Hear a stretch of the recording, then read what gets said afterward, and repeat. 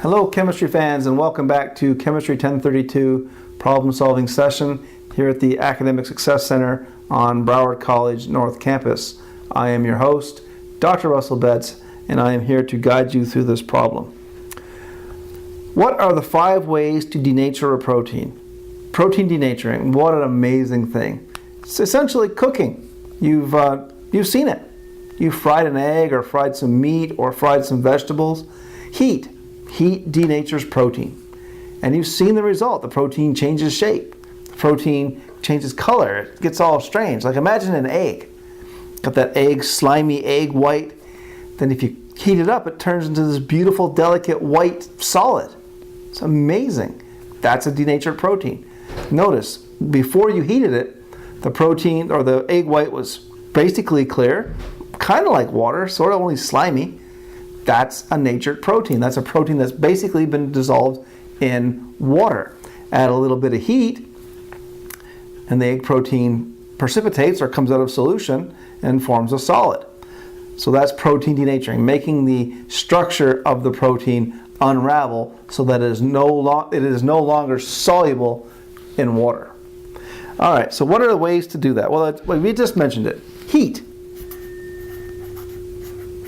Heat gets in there, breaks up the old hydrogen bonds, breaks up any hydrophobic or hydrophilic interactions, generally just messes up the protein. It doesn't like it. But we like it because when we eat it, it's nice and fluffy and tender. All right? Same thing with, say, meat, for example, say steak. Steak, if you try to eat it raw, is really tough. You know, the proteins are really holding the meat structure together, but after you cook it, the meat is tender, quite easy to eat. So that's what heat denatures protein. Acids, bases. That's another way to denature a protein. And have you seen that?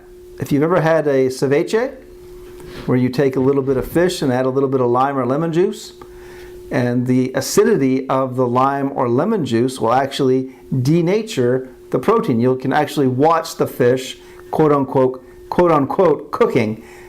There's no heat there. It's a chemical process. It's a chemical denaturing of the protein. Acids will totally mess up hydrogen bonds. It'll totally mess up polar R groups, and it totally messes up salt bridges. Just messes them up. Makes them release from their folded environment and unravels them for our eating pleasure, shall we say. It also helps to sterilize surfaces of objects, especially like in medicine, for example. You can use heat to denature proteins in like an autoclave or something like that. Organic compounds.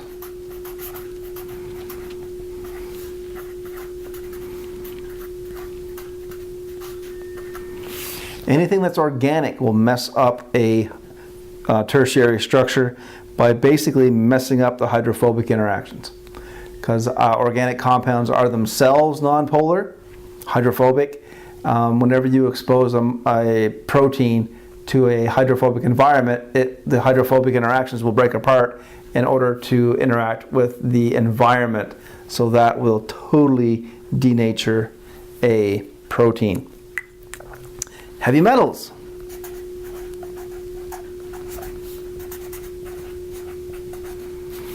Heavy metal messes up proteins big time. It actually will break open the disulfide bridge. So if you have a disulfide bridge in your protein, the heavy metal will get in there and mess it up. That's where you get stuff like mercury or, for example, lead poisoning is a heavy metal ion that gets into your body and messes your proteins in your body while you're still using them. That's not good. And the 5th way, agitation.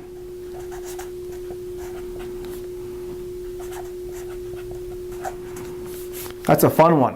Whipped cream or whipped eggs or whipped anything denatures a protein. That's where, for example, if you make lemon meringue pie, that's how you make the meringue.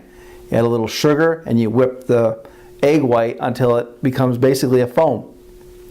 That foaming action is the protein denaturing, and that's what's giving you the nice, lovely, stable meringue for the lemon meringue pie, which does not sound delicious right about now. All right, so that's the 5 ways to denature protein. The most common, of course, is heat. That's cooking. Acids, good old ceviche. A little bit of, throw some organic non-polar molecules into your protein. That'll mess with it. Heavy metal ions, that'll really mess with stuff. And agitation. Get them all whipped up. Put them on the pie. Way to go. It'll taste delicious. All right, now with that, I'd like to say good luck and good chemistry.